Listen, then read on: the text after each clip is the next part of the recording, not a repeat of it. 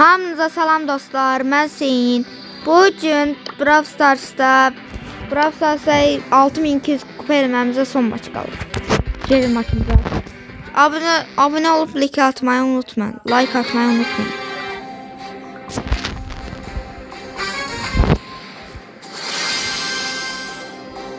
Ermənistanlı çıxdı bizim takıma. Nə şey yox dayanır.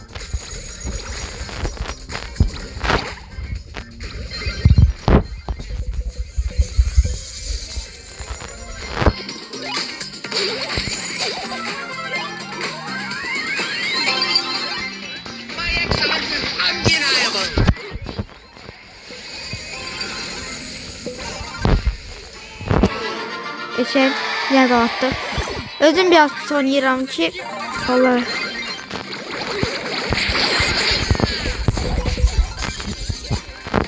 Haydi.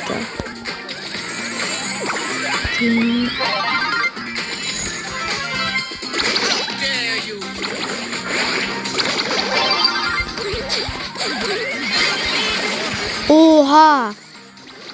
Çok güçlüler şu an. Aa, Edgar onun canından necə kurtuldu ya. Neyse.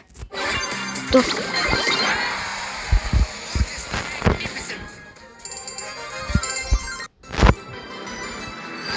İnşallah şeytan hediyesi atır. Bacanın satır. Yine çıkmadı. Neyse. 6200 kupayladı inşallah. Ve inşallah sağ olun. Bay bay.